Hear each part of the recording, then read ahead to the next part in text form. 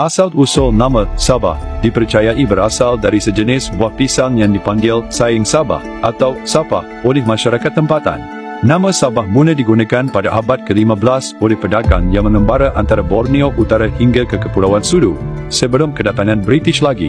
Dalam peta Portugis, di Melaka tahun 1604, kawasan Kota Kinabalu disebut sebagai api-api. Semasa pemerintahan North Borneo Chartered Company pada 1881, secara rasmi, Sabah dinamakan sebagai North Borneo.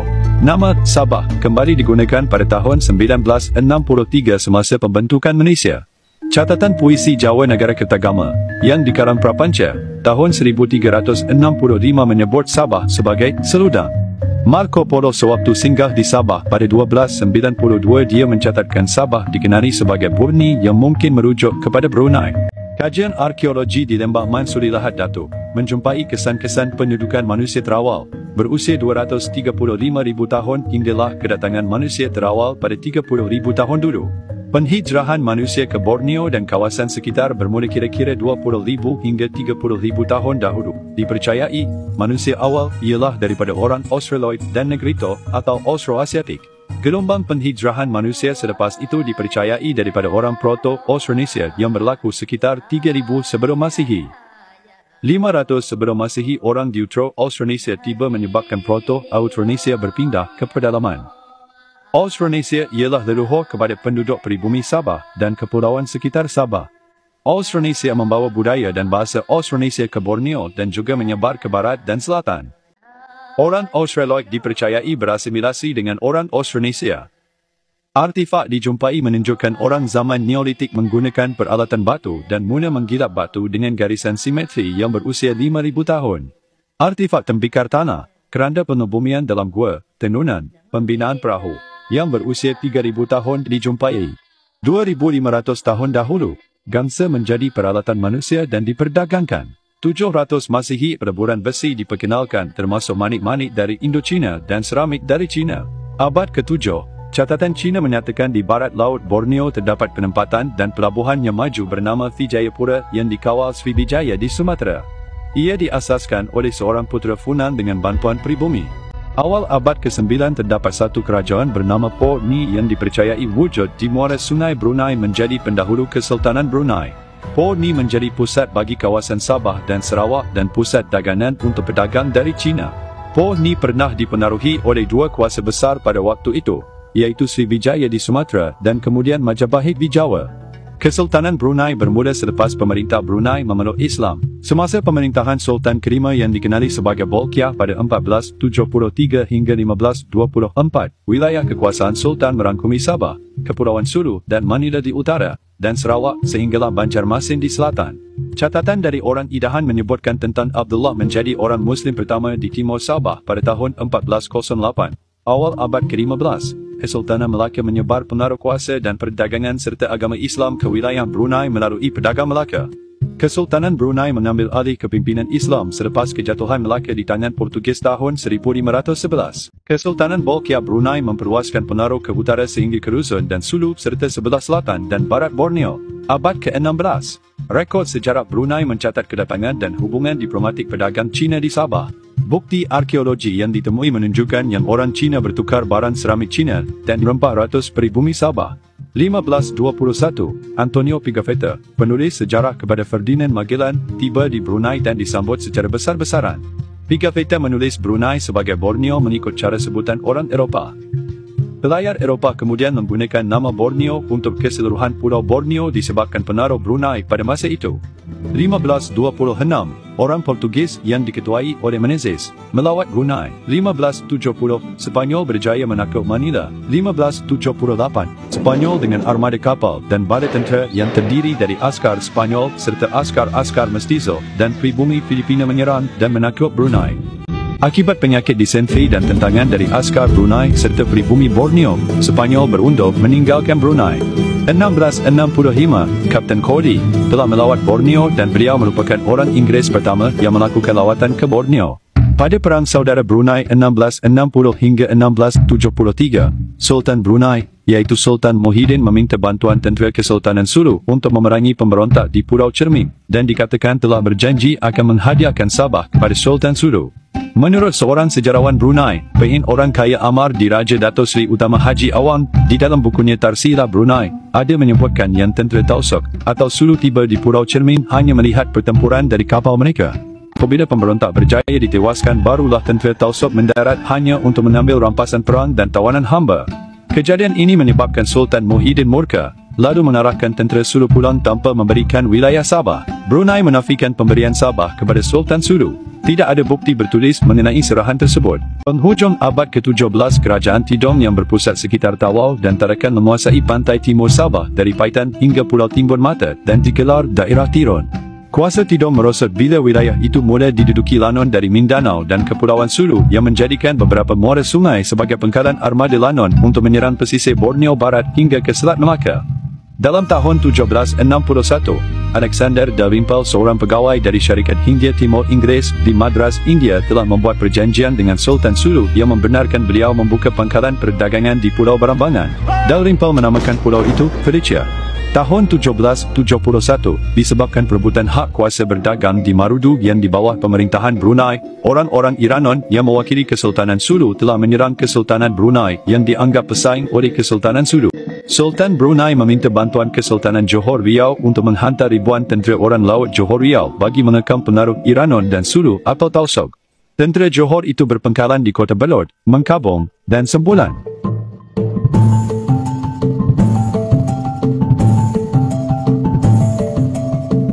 Kepincangan pentadbiran, kebakaran, serangan Lanon dan juga serangan dari Kesultanan Sulu dengan bantuan orang Iranon serta Spanyol membawa kehancuran pangkalan Felicia di Barambangan pada akhir 1775. Pangkalan diusahakan semula pada 1803 tetapi gagal dan ditinggalkan pada November 1805. Catatan Dalrymple tahun 1793, terdapat beberapa daerah di Sabah, antaranya ialah Tirun atau Tidong yang dihuni suku-suku pribumi Tidong dan juga Berau. Tirun ialah kawasan kerajaan Tidong dan Berau yang merdeka, yang bermula dari Keniungan hingga Sungai Sibuku dan Tawau. Daerah Magindora atau Majidara bermula dari Sungai Tawau hingga terusan Duyung antara Sandakan dan Mumia. Daerah Paitan yang bermula dari Simpang Menayau hingga ke Paitan.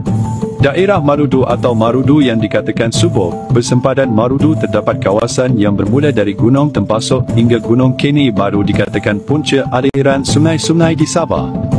Kawasan sekitar gunung terdapat pekan-pekan dan penempatan orang dusun dikatakan wilayah yang merdeka. Daerah Papal atau Papar yang bermula dari Simpang Menayau hingga Brunei, dikatakan ramai penduduknya. Kawasan pedalaman dan beberapa kawasan pantai dihuni orang dusun manakala muara sungai dan kawasan pantai dihuni peribumi yang beragama Islam kemungkinan orang Bajau, Iranon dan Brunei. Pada awal abad ke-19, orang Tausug memulakan penempatan di terusan Duyung, Pulau Labukan, Domendom, Segariut dan Sandakan. Beberapa kawasan pesisir laut dan pantai juga didiami orang-orang Bajau. Tahun 1812, Kapten John Hunt yang melawat Sandakan mencatatkan, Tuan Abdul memimpin 100 lebih orang Islam. Di pedalaman terdapat ramai orang idahan yang merdeka. Pengaruh Tausug di timur Sabah meningkat melalui perdagangan dan aktiviti perhambaan. Ramai hamba digunakan untuk mengayuh dayung kapal-kapal Lanon yang menangkap orang dijual sebagai hamba di Jolo. Aktiviti ini merosot menjadi aktiviti perlanunan yang kejam serta kerusuhan yang dahagakan darah. Kapal negara-negara Eropah banyak yang dirompak Lanon yang memusnahkan perdagangan mereka, maka itu mereka mahu Lanon-Lanon dibantras. Kuasa Kesultanan Sulu merosot dengan cepatnya pada pertengahan abad 19. Dekat 1830-an, daerah Kota Marudu diperintah Syarif Osman sebagai Raja Marudu. Marudu merupakan wilayah yang bebas dari pengaruh Brunei dan Sulu pada sebelum tahun 1845 apabila Syarif Osman menamatkan perjanjian kesetiaan dengan Brunei dan Sulu. Tahun 1845 Kota Marudu dimusnahkan armada kapal perang British diketuai James Brooke disebabkan dakwaan yang Kota Marudu sebuah pangkalan Lanon. 18 Disember 1846, perjanjian ditandatangani untuk serahan Labuan serta pulau-pulau kecil berhampiran oleh Sultan Brunei Sultan Omar Ali Saifuddin II kepada James Brooke yang menjadi Gubernur Labuan dan Konsul Besar di Borneo. Labuan menjadi tempat menombong arang batu, perdagangan dan pangkalan membantras kegiatan Lanon. Pada 1865, Trot Lee Moses, Konsul Amerika di Brunei berjaya menyewa Borneo Utara dari Sultan Brunei untuk tempoh 10 tahun. Beliau menjual perjanjian sewaan itu kepada American Trading Company yang dimiliki Joseph William Torrey. Kimanis, satu kawasan di barat daya Borneo Utara dipilih sebagai pangkalan dan penempatan yang dinamakan El Lena. Labuan Trading Company, syarikat dari Jerman cuba mengembangkan perdagangan ke kawasan yang dituntut Sultan Sulu sebagai kedaulatan Sulu di Borneo Utara. Motif utama Sultan Sulu dipercayai untuk membebaskan dari pengaruh Brunei serta mendapat hak kedaulatan. Menjelang tamat tempoh konsesi wilayah, Torre menjual hak kepada Baron Gustavus van Overbeek, konsul Austria-Hungary di Hong Kong, sebanyak $15,000. Overbeek kemudian pergi ke Brunei untuk meminta kurniaan lantikan dan hak pemilikan yang sah. 29 Desember 1877 Overbeek dilantik sebagai Maharaja Sabah dan Raja Gaya dan Sandakan. Sultan Brunei dan Temenggung menyerahkan wilayah dan kedaulatan 4 wilayah di Sabah dari Teluk Gaya di pantai barat hingga ke Sungai Sibuku di timur dan menerima bayaran tahunan $12,000 dan $3,000. Disebabkan wilayah timur Sabah juga dituntut Kesultanan Sulu dan untuk mendapat jaminan keselamatan perjalanan ke timur Sabah, maka Overbeek berangkat ke Pulau Jolo. Pada 22 Januari 1878, satu perjanjian dibuat antara Overbeek dengan Sultan Sulu yang menyerahkan kawasan di Borneo Utara kepada Overbeek dengan bayaran serahan tahunan sebanyak $5,000. Mengikut perjanjian, Sultan Sulu bersetuju menyerahkan beberapa kawasan kepada Overbeek daripada Teluk Sibuku sehingga Pandasan dan melantik Overbeek di wilayah serahan itu sebagai Datuk Bendahara dan Raja Sandakan sebagai kuasa pemerintah tertinggi dan merdeka. Overbeek mendapati sejarah Timur Sabah yang mengelirukan mengenai penaklukan dan siapa yang berkuasa di Timur Sabah. Sultan Brunei masih mengatakan Timur Sabah milik Brunei manakala Kesultanan Sulu pula menuntut kuasa di kawasan itu. Sebelum 1878, kuasa di sepanjang pantai timur laut Borneo sebenarnya dikuasai oleh Lanon yang berasal dari Kepulauan Sulu dan Mindanao. Mereka berkeliaran di sepanjang pantai untuk menangkap hamba abdi. Kerana kuasa mereka dan ditakuti, penduduk tempatan telah lama berpindah jauh ke pedalaman, ke hulu sungai. Apabila Van Overbeek tiba di Sandakan pada tahun 1878, beliau mendapati kampung pertama berada jauh di hulu sungai manakala sepanjang sungai terdapat komuniti pengkalan-bekalan untuk armada Lanon. Overbeek mendapati tiada kerajaan atau negeri di situ. Pemilikan kawasan itu tidak dihargai dan tidak dipertikaikan. Kawasan itu dianggap kedaulatan Brunei tetapi pada sesuatu masa Sulu menuntut atau berkuasa dengan sokongan dari beberapa ketua-ketua dan Datu Sulu di situ. Untuk keselamatan, Colonial Secretary British di Labuan William Hood Treacher menasihatkan Overbeek supaya mendatangani perjanjian dengan Brunei dan Sulu. Dalam perjanjian Sulu, Sultan mengarahkan datu-datu, wakilnya, ketua-ketua dan orang-orangnya di Timur Sabah untuk patuh dan taat kepada pemerintah baru, iaitu Overbeek sebagai pemerintah tertinggi Sabah. Catatan diari, Don Carlos Cuartron, Mubalik Katolik pertama di Borneo Utara, menyatakan Sultan Sulu berunding dengan Overbeek dan Alfred Dent untuk mendapatkan wang dan senjata bagi meneruskan perang Sulu menentang Spanyol. Dengan menandatangani perjanjian 1878, Sultan Sulu bersetuju untuk menyerahkan semua tuntutan ke atas Sabah dan menerima syarat penyerahan sepenuhnya wilayah tersebut kepada Overbeek. Sultan Sulu kemudian menerima bayaran tahunan sebanyak $5,000, 2 kapal penuh senjata dan peluru termasuk senjata Gatling buatan Amerika. Sultan Sulu tidak pasti terhadap kawasan hak kedaulatan Sulu yang sebenar, mendakwa kawasan Sibuku hingga ke Balikpapan sebagai wilayahnya dan mahu dimasukkan ke dalam perjanjian serahan wilayah dan kuasa kepada Overbeek. Kawasan itu sebenarnya di bawah pemerintahan Sultan Bulungan dan Berau dan juga di bawah pengaruh Belanda. Orang-orang Sulu yang menghuni kawasan pantai timur Sabah pula masing-masing mempertikaikan untuk menuntut bayaran duit konsesi daripada Overbeek bagi kawasan yang mereka sendiri kuasai. William Hood Treacher, Colonial Secretary British Labuan juga menulis laporan kepada kerajaan British tentang perjanjian serahan di antara Overbeek dengan Kesultanan Brunei, dijadikan sebagai bukti utama. Pantai barat laut dari Teluk Marudu ke bandar Brunei secara relatifnya bebas daripada serbuan Lanon selepas pemusnahan bandar Berkubu Lanon di Tempasok pada tahun 1869 oleh kapal perang British. Ramai ketua-ketua di pantai ini memandang Brunei sebagai tuan mereka. Beberapa sungai di pantai ini berada di bawah kawalan ketua puak tempatan yang bebas dan juga Datu-Datu Iranon, Bajau dan Brunei yang mengiktiraf Sultan Brunei sebagai pemimpin Islam. Pada 1881, Overbeek memindahkan semua hak kepada Alfred Dent dengan adiknya yang menubuhkan British North Borneo Professional Association Limited dan diberi status charter pada 1 November 1881. Pada Mei 1882, Alfred Dent menubuhkan North Borneo Chartered Company dan mula mentadbir Borneo Utara. Sir Rutherford Alcock dilantik sebagai penerusi pertama dan Alfred Dent sebagai penarah urusan syarikat. Tahun 1885, Perjanjian Madrid Protokol antara Britain, Jerman dan Sepanyol mengiktiraf kedaulatan Sepanyol ke atas Kepulauan Sulu dan menghadkan penaruh Sepanyol hanya di kawasan itu. Artikel 3 mengesahkan Sepanyol melepaskan semua tuntutan di Borneo, termasuk bekas atau kepunyaan Sulu dan semua pulau-pulau di bawah pentadbiran North Borneo Chartered Company. Beberapa dasar pemerintahan North Borneo Company tidak disenangi rakyat hingga tercetus perang seperti di Padas Damit yang diketuai Pangeran Shah Bandar pada 1884 berkenaan hak mengutip cukai. Penentangan Mat Salleh pada 1897 juga akibat konflik hak memungut cukai. Mat Salleh terkorban di tambunan pada tahun 1900. Penentangan Antanum Ontoros dirundung pada 1915 akibat penguatkuasaan cukai tanah dan Ordinan Ladang 1913. Antanum menyerah diri tetapi dihukum bunuh pada 1915. Landasan kereta api pertama North Borneo dibina pada tahun 1896 kerana peningkatan dan kejayaan tanaman tembakau yang memerlukan tanah ladang dan kenderaan untuk mengangkut hasil keperabohan. William Cowie terlibat dalam pembinaan landasan yang diketuai Arthur Joseph West dan pembantunya seorang murut bernama Gounanudus. Pembinaan bermula dari Bukau, Beaufort ke Weston dan pada tahun 1906, landasan sepanjang 193 km sudah siap dibina yang menghubungkan Tenom, Melalap, Weston, Beaufort dan Jesselton. Landasan itu dibina menggunakan tenaga kerja rakyat tempatan dan beberapa pekerja dari China untuk landasan ke Melalap. Talian telegraf pertama North Borneo dibina pada tahun 1894 yang menyambungkan Hong Kong ke Ramsay Point, Labuan dan bersambung ke Menumbuk dan pesisiran pantai barat sehingga ke pantai timur di Sandakan. Talian Hong Kong itu mempunyai sambungan ke Singapura dan seterusnya ke India dan Eropah. Kemudian talian di Labuan disambungkan lagi ke Singapura pada Mei 1894. Pada tahun 1920, talian telegraf diganti dengan teknologi wireless transmisi telegraf di antara stesen Jesselton dan Labuan. Pada tahun 1922, Prince of Wales melawat bandar Jesselton, North Borneo semasa dalam lawatan Oriental Tour ke Asia.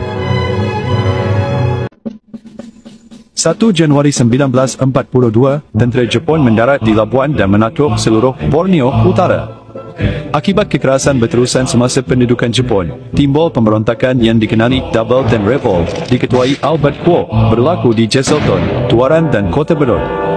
Ia terdiri daripada orang Cina, Bajau, Dusun, Suluk, Brunei, Iranon, orang India, Sikh dan orang Eurasia. Sehingga 60 askar Jepun terkorban manakala bandar Jesselton ditawan pemberontak selama 2 hari. Pemberontak berundur selepas tentera Jepun dari Kuching tiba.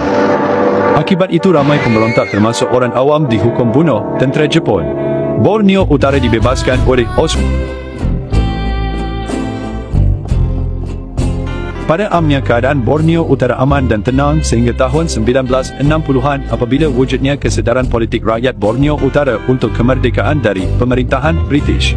Pada tahun 1960, Perhimpunan Agong Bangsa-Bangsa Bersatu mengisytiharkan United Nations Assembly Resolution 1514. Deklarasi itu mengakui hak untuk penentuan diri atau self-determination dan menggesa pengakhiran kuasa kolonial penjajah. Keinginan untuk kemerdekaan daripada kuasa kolonial seperti yang dicapai oleh negara lain seluruh dunia telah sampai kepada rakyat Borneo Utara. Pada tahun 1961, Perdana Menteri Malaya membuat pengumuman mengenai rancangan pembentukan sebuah negara yang terdiri dari Malaya, Borneo Utara, Sarawak, Brunei dan Singapura. Satu resolusi dibuat oleh Parti Rakyat Brunei pada 1962 menuntut Sabah Sarawak dikembali pada Brunei menjadi negara baru. Pemimpin PRB A.M. Azahari memimpin pemberontakan terhadap Sultan Brunei dan menentang pembentukan Malaysia serta menuntut kemerdekaan Brunei dan penggabungan dengan Sabah Sarawak. Bagaimanapun pemberontakan dipatahkan pada Desember 1962. Filipina dan Indonesia menentang rancangan pembentukan Malaysia. Negara-negara itu menuntut Suruhanjaya Bangsa-Bangsa Bersatu dihantar ke Sabah Sarawak untuk meninjau kemahuan dan pendapat rakyat. Soekarno, Presiden Indonesia menuduh pembentukan Malaysia sebagai neo-kolonialisme dan neo-imperialisme barat yang memanjangkan pengaruh strategik British di Asia Tenggara. Dengan itu mesti ditentang. Terdapat dua kumpulan Suruhanjaya yang dihantar ke Sabah Sarawak, iaitu Suruhanjaya Cobalt yang diketuai Lord Cobalt dan Suruhanjaya United Nation terdiri dari 9 orang ahli Sekretariat United Nation yang diketuai Lauren Michelle Moore. Kedua-dua Suruhanjaya mendapati majoriti rakyat Sabah Sarawak mahukan Malaysia. Suruhanjaya Cobalt juga bertanggungjawab untuk merangka pembubaran Perlembagaan Malaysia. Sebuah jawatan kuasa, juga dikenali sebagai Intergovernmental Committee yang diketuai Lord Cobalt telah dibentuk pada tahun 1962 dengan wakil daripada Kerajaan British Malaya, Borneo Utara dan Kerajaan Sarawak. Jawatan kuasa itu ditugaskan untuk membincangkan dan menerangka susunan Perlembagaan Malaysia dan beberapa tuntutan perlindungan hak-hak rakyat Sabah dan Sarawak yang akan dimasukkan ke dalam Perlembagaan dan Perjanjian Malaysia. Borneo Utara memperolehi hak pentadbiran sendiri pada 31 Ogos 1963. Ia diikuti penggabungan dengan Persekutuan Malaysia pada 16 September 1963. Malaysia wujud dengan rasminya tanpa Brunei pada 16 September 1963. Nama Borneo Utara ditukar kepada Sabah. Satu konfrontasi bersenjata berlaku selepas pengisytiharan Malaysia pada 1963 antara Malaysia dan Indonesia disebabkan Indonesia menentang penubuhan Persekutuan Malaysia. Tentera Sukarela Indonesia dihantar ke sempadan Sabah Sarawak untuk melakukan sabotaj dan menghasut rakyat. Penyusupan itu gagal dan 590 penyusup terbunuh manakala 771 menjadi tawanan. Terlepas Soekarno digulingkan dan Suharto menjadi Presiden baru Indonesia, konfrontasi ditamatkan pada 1966. Pada 6 Jun 1976, satu kemalangan kapal terbang yang juga dikenali sebagai tragedi Double Six berlaku di Kota Kinabalu. Nahas pesawat model Nomad buatan Australia itu mengorbankan Ketua Menteri Sabah Tun Fuad Stephens dan 11 orang anggota rombongannya. Penduduk Sabah semasa pemerintahan North Borneo Chartered Company ialah seramai 104,525 orang pada tahun 1901. Selepas pembentukan Malaysia, penduduk Sabah berjumlah 651,304 pada tahun 1970 dan meningkat kepada 929,299 selepas sedekat. 2 dekad selepas tahun 1980, populasi penduduk Sabah meningkat dengan penduduk sebanyak 1.5 juta dan mencapai 2,468,246 menjelang tahun 2000. Sehingga tahun 2019, bilangan ini telah berkembang sehingga 3.9 juta dengan warga asing sebanyak 29% daripada jumlah populasi di negeri ini. Penlibatan Sabah dalam persekutuan ini banyak membawa perubahan dari aspek pentadbiran, politik, sosial dan sebagainya. Namun Sabah dan juga Sarawak mengalami pembangunan yang perlahan berbanding negeri-negeri di Semenanjung Malaysia.